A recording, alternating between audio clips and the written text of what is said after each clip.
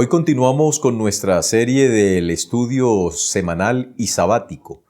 Este estudio, como ya lo han sabido, tiene como propósito orientar, servir de fundamento, que pueda servir también a los maestros de escuela sabática como un material de apoyo y a quienes estudian la lección de escuela sabática como un material complementario a lo que se ha venido diciendo durante el transcurso de la semana.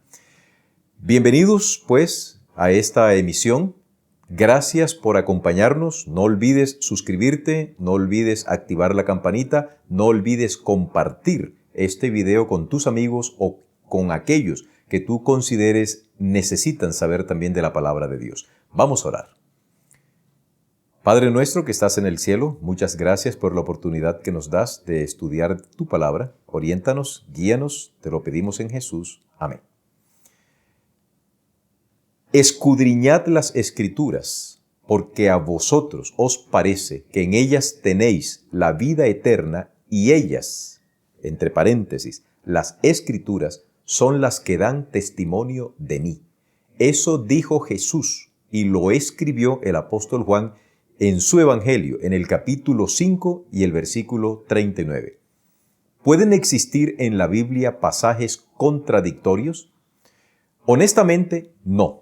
Lo que ocurre es que como la Biblia ha tenido diversas traducciones, muchos de los textos o algunos de los textos bíblicos han sufrido una interpretación, no una mala traducción, que son escasas las oportunidades donde se presenta una mala traducción, sino una mala interpretación por parte de quienes posteriormente se ha editado la Biblia y se ha hecho la traducción, pues hacen una interpretación errónea, olvidando que la Biblia es un libro que se debe interpretar a sí mismo, en primer lugar. En segundo lugar, la Biblia tiene un leitmotiv, tiene un hilo conector y tiene que ver con la carta de navegación. Es una carta de amor, es una hoja de ruta que nos conduce desde esta tierra miserable y llena de pecado hasta los bordes directos de la Nueva Jerusalén.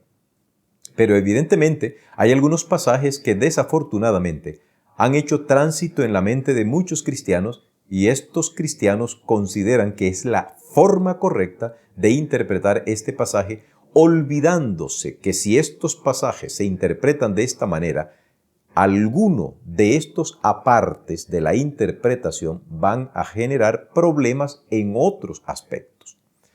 Adicional a esto, hay quienes dentro del cristianismo dicen que nosotros no debiésemos estar tan pendientes de la doctrina, de la sana doctrina, de la sana comprensión e interpretación del texto bíblico, que basta solamente el amor y la buena intención, que Dios conoce el corazón de nosotros y que Él suplirá en nosotros la ignorancia voluntaria que a nosotros nos venga en gana hacer cuando nos conviene.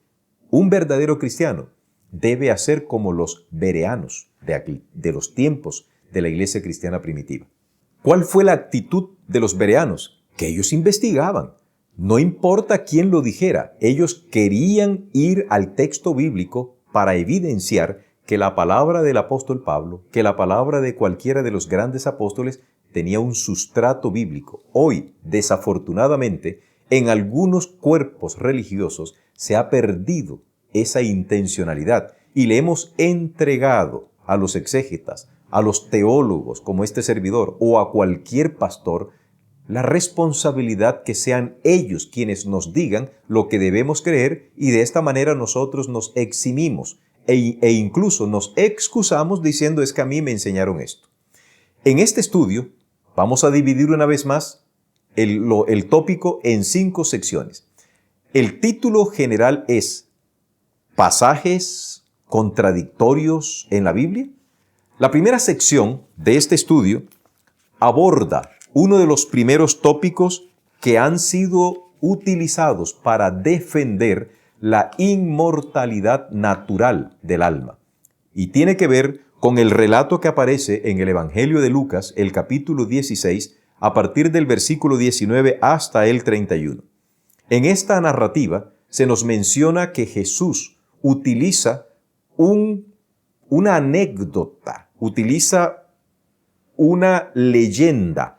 Para nosotros hoy es una parábola, pero para algunos teólogos lo que Jesús describió no es otra cosa que el estado natural de una persona que cuando muere sigue viviendo. ¿Quiso enseñar Jesús esto con esta parábola del rico y Lázaro? Veamos algunas contradicciones que hay en el mismo texto que impiden que nosotros entendamos que Jesús, el que dijo allá en el Edén, morirás, y que no tiene ningún nexo con Satanás, como lo dice el apóstol Pablo. ¿Qué relación hay entre Cristo y Belial, que es un nombre eufemístico también para referirse a Satanás? Ese mismo creador del ser humano, que lo dotó de un espíritu y creó su cuerpo del polvo de la tierra, es el que está narrando esta parábola. Por lo tanto, yo no puedo interpretar estas palabras de Jesús desconectándolas de la realidad que Él mismo nos enseñó en Génesis, a saber, la persona cuando muere, se muere de verdad. ¿Quién dijo eso? Jesús. Entonces yo no puedo ahora encontrar a ese mismo que me dijo que yo me muero de verdad, ahora enseñando algo lo opuesto, que es lo que estos intérpretes de la Biblia quieren enseñarte a ti, a saber que el rico se murió y Lázaro se murió. Pero el rico, como fue malo en esta vida, se fue para el infierno, y Lázaro, como fue bueno en esta vida, se fue para el cielo. Ambos están vivos, a pesar de que se murieron. Ambos están conscientes, a pesar de que no tienen cuerpo, no tienen cerebro donde se procesa el pensamiento. Entonces, ¿cuáles son algunas de las contradicciones? En primer lugar, en primerísimo lugar, no es factible que un espíritu que está en el infierno pueda tener, como se menciona, ojos, tenga dedo, tenga lengua, hable, tenga sensaciones. Eso no puede ser. Mientras que el que está en el cielo, nada dice, porque Lázaro se fue allá y está calladito. El que habla es el espíritu del que se murió y que se fue para el infierno, según esta traducción, esta interpretación. Si este pasaje, como lo dice este autor, fuera una descripción del estado del ser humano en la muerte, tenemos entonces 2, 3, 4, incluso 5 problemas. Veamos el primer problema. ¿Puede haber tanta cercanía entre el infierno y el cielo? Al punto que los que están en el cielo están mirando abajo y se observan de que allá se están quemando. Hay un olor constante, me imagino que a carne chamuscada, y eso asciende hasta las cortes celestiales, y el infierno y el cielo están cerquita, completamente cerca, según esta interpretación literal, cosa que la Biblia no avala. En segundo lugar, ¿puede una persona que está en el cielo, dizque gozando de la bendición eterna, del gozo perfecto, puede tener el gozo perfecto sabiendo que allá abajo, cerquita, hay un alma que se está quemando y que esa alma pertenecía o pertenece a uno de sus seres queridos? Tercer punto, ¿cómo puede haber felicidad completa en el cielo alabando a Dios? Mientras que yo alabo a Dios, Dios está mirando allá a los que se queman y dicen, dirá Dios, bien hecho que te estás quemando. ¿Esto no le suena a usted que es una de las porciones de la comedia de Dante Alighieri titulada La Divina Comedia? Eso viene de allá, esta interpretación viene de allá. Un cuarto aspecto, la vida consciente no puede existir separando el espíritu del cuerpo. No puede existir. Y un quinto elemento que hace improbable que esta parábola se debe interpretar de manera literal es que en el cielo no hay agua. El cielo no es un lugar como la tierra. Y allá el rico le está diciendo, manda que me mojen la lengua con agua. ¿De dónde va a sacar agua el cielo? Ah, es que la lluvia. No, estamos en las cortes celestiales. Ah, Pastor Márquez, pero es que allá está el río de agua de vida. El río de agua viva está en la Nueva Jerusalén, que ya está aquí en la tierra, no en el cielo. Bien, entonces, Este texto no se debe entender como algo literal, sino Cristo quiso enseñar lo siguiente. Tanto el rico como el pobre Lázaro tuvieron su oportunidad aquí en la tierra. La Biblia es muy explícita al decir en el libro de Hebreos que las personas tienen su oportunidad es ahora. El juicio se hace una sola vez y la oportunidad de vida y de salvación se obtiene una sola vez. ¿Qué quiso Cristo enseñar con esto? Que la oportunidad de hacer buen uso de los recursos que Dios te ha dado a ti es ahora en vida, no después de muerto. Porque la Biblia te enseña que el muerto nada sabe. Y la evidencia está demasiado expuesta, incluso en ti mismo, que hemos venido agotando y hemos venido galopando sobre el mismo tema. Cuando una persona está profundamente dormida, que nos ocurre a todos, estamos prácticamente muertos, porque no tenemos conciencia. Cristo te enseña a ti hoy, como quiso enseñar también allá, que las oportunidades se aprovechan en vida y que los talentos, los recursos que Dios te entrega a ti, haz uso sabio de ellos ahora, porque después que tú te mueres no hay nada que hacer. En segundo lugar, aquí en Colombia, y creo que en Venezuela y en algunos otros países latinoamericanos, capaz que exista o conozcan una leyenda titulada La Llorona. Aquí en Colombia se dice que La Llorona, hay dos versiones. Se dice que una madre fue al río con su hijo pequeño y en un descuido éste se ahogó. Otra versión dice que la madre intencionalmente tomó al niño y lo tiró al río para que se ahogara. ¿Cuál es la versión original? No tengo la menor idea porque forma parte de las leyendas que ocurren en las culturas latinoamericanas y específicamente aquí en Colombia. ¿Qué lección pudiese yo sacar de la leyenda de La Llorona? La única lección que yo pudiese sacar es, señoras madres, por favor, no descuiden a sus hijos cuando ustedes van a tomar un baño al río. O, señoras madres, por favor, no cometan el crimen de echar a su hijo al río. Eso sería una lección a partir de una leyenda. Pero el que yo saque una lección de esa leyenda no está avalando la realidad de esa leyenda. Lo mismo ocurrió en los tiempos de Jesús. El que Jesús haya utilizado eso que circulaba en la cultura judía, no significa que Jesús está diciendo que esa leyenda, que esa historia que los judíos conocían era una realidad. Él se vale de eso para traernos una lección muy objetiva. Hermano, la oportunidad de la salvación es ahora. ¿Ok? La oportunidad de la salvación es ahora. Y el hacer uso de los recursos que Dios te ha dejado para que se los administres en esta tierra es ahora, no después que tú te mueras. La segunda sección lleva por título Hoy, conmigo en el paraíso. Este pasaje que nosotros encontramos en el Evangelio de Lucas, el capítulo 23 y el versículo 43, también ha dado pie para que los defensores de la inmortalidad natural del hombre digan que Jesús enseñó perfectamente que cuando una persona se muere, inmediatamente asciende al cielo. Veamos, los que hicieron la traducción de esta porción de la Biblia, ellos creían en la inmortalidad natural del alma y entonces cambiaron una coma. Si yo hago la traducción de la siguiente manera, de cierto te digo, coma, que hoy estarás conmigo en el paraíso, entonces el significado es distinto porque Cristo está diciendo que en ese día se van los dos para el cielo. Pero si yo la coma, en vez de ponerla en te digo, lo pongo en hoy, de cierto te digo hoy que estarás conmigo en el paraíso, ya cambia también el asunto.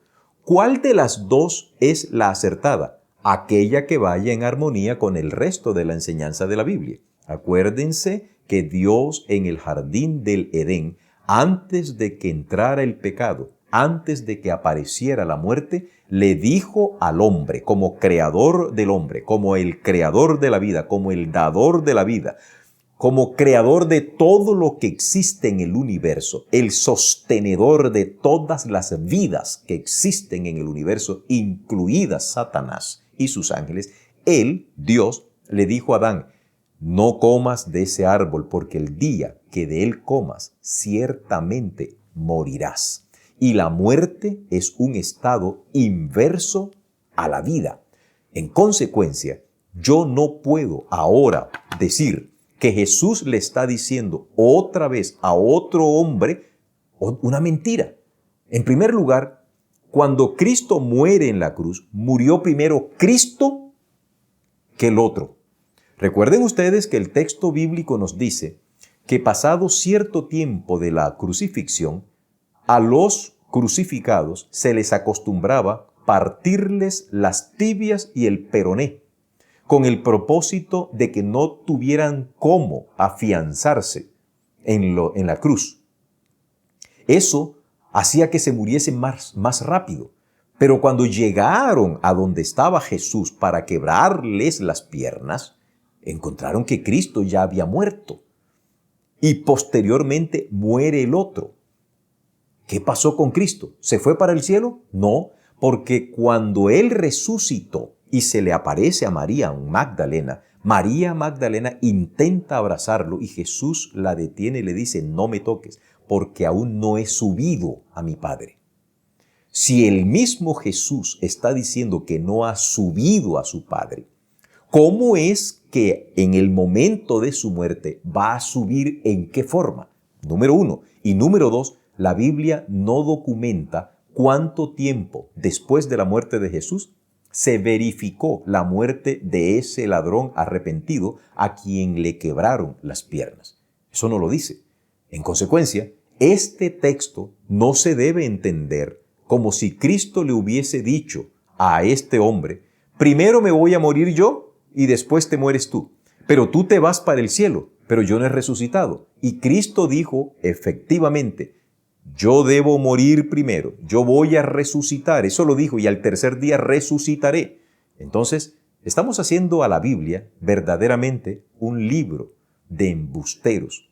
Un libro que puede cualquier persona llegar y decir: Cristo se equivoca, Cristo miente, Cristo cambia. Cristo no cambia. Dios no cambia, Dios no miente. Entonces, lo que Cristo le quiso decir a ese hombre que estaba acompañándolo en ese acto de crucifixión al que fueron sometidos es: como tú creíste en mí en vida, hoy que estás vivo, te prometo que como te has arrepentido y me has aceptado como tu Salvador personal, hoy te prometo que estarás conmigo en el paraíso. Pero esa promesa se le cumplirá a ese hombre cuando ese hombre sea resucitado por Jesús. ¿Ok, hermanos? Entonces, mucho cuidado con este tipo de interpretaciones también fantasiosas. La tercera sección del estudio lleva por título Partir y estar con Cristo. Esta declaración la dio el apóstol Pablo. Y aquí voy a detenerme para hablar un poco de quién fue Pablo. Para muchas personas, Pablo fue una simple figura apostólica. Y estas personas ignoran, yo pienso que por desconocimiento académico, que al hablar de Pablo no estamos hablando de una figura cualquiera.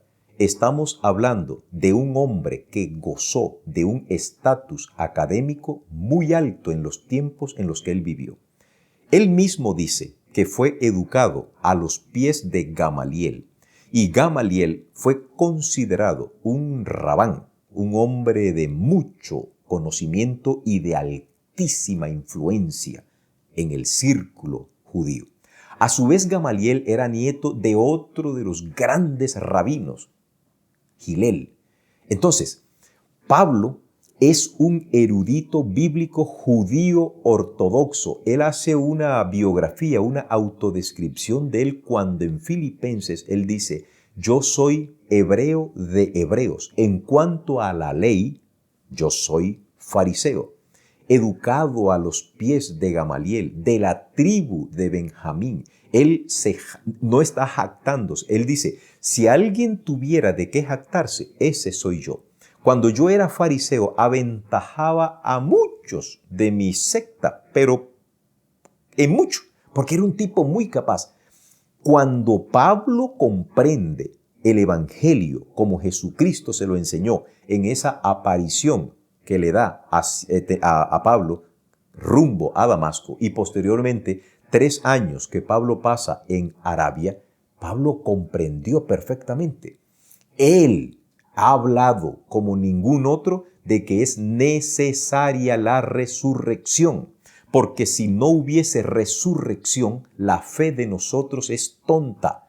Él viene hablando constantemente en Corintios, en Romanos, en Timoteo, en Efesios, en todas sus epístolas, de una forma u otra, de que es necesaria la resurrección porque Cristo resucitó primero que nosotros. Y como Cristo resucitó primero que nosotros, entonces la resurrección que Cristo obtuvo por mediación del Padre, esa misma capacidad la vamos a tener nosotros porque el Padre nos resucitará. ¿Cómo puede entonces entenderse esta declaración cuando Pablo dice, yo no sé qué será mejor, si partir para estar en la presencia de Cristo o quedarme aquí? El vocablo partir no quiere decir me voy de viaje, sino morir. Es una forma que Pablo utiliza para referirse a la muerte física de acá. Él tenía una disyuntiva, como a veces la pueden tener algunos ancianos o algunas personas que en vida han atravesado situaciones muy difíciles. Hay algunos cristianos que están deseando la muerte porque, en contraste, seguir viviendo en este mundo triste, lóbrego, lleno de enfermedad, de dolor, de maldad, de pecado, de crímenes, eso no es alegría, eso no da satisfacción.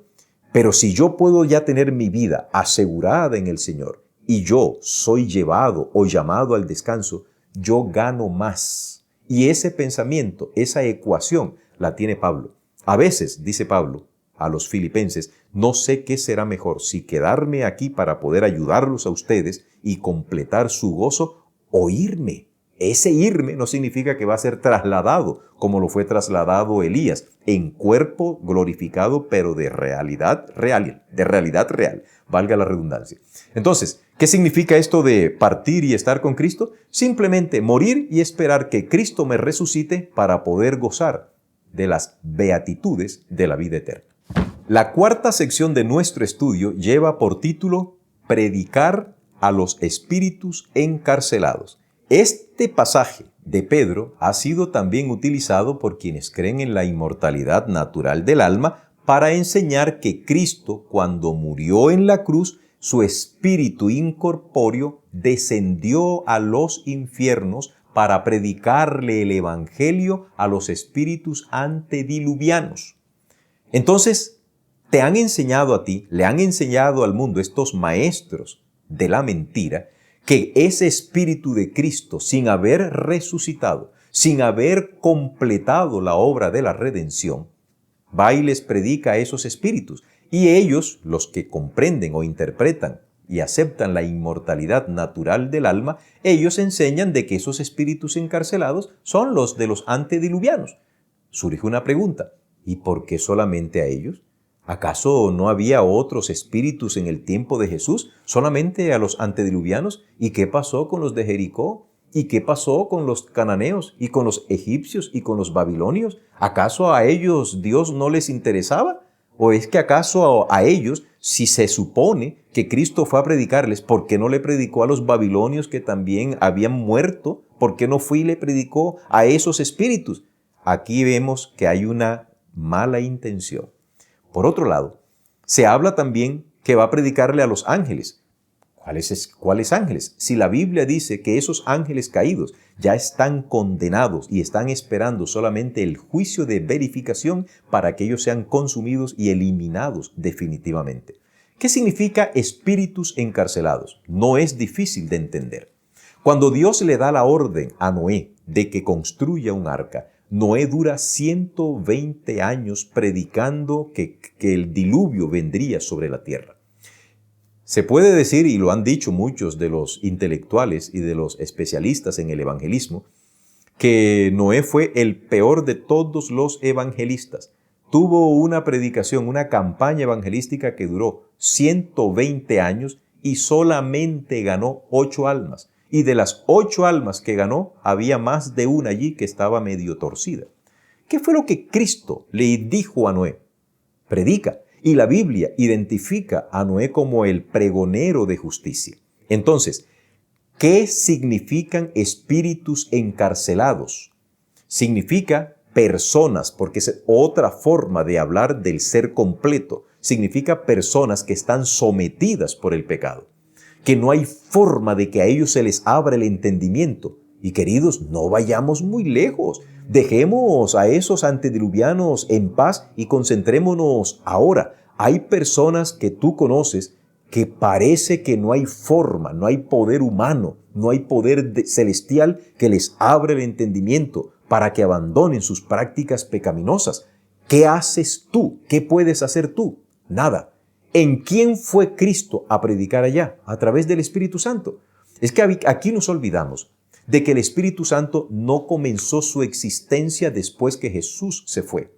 Te pregunto, ¿no dice la Biblia, en boca de Jesús, que el Espíritu Santo es el que nos convence de pecado?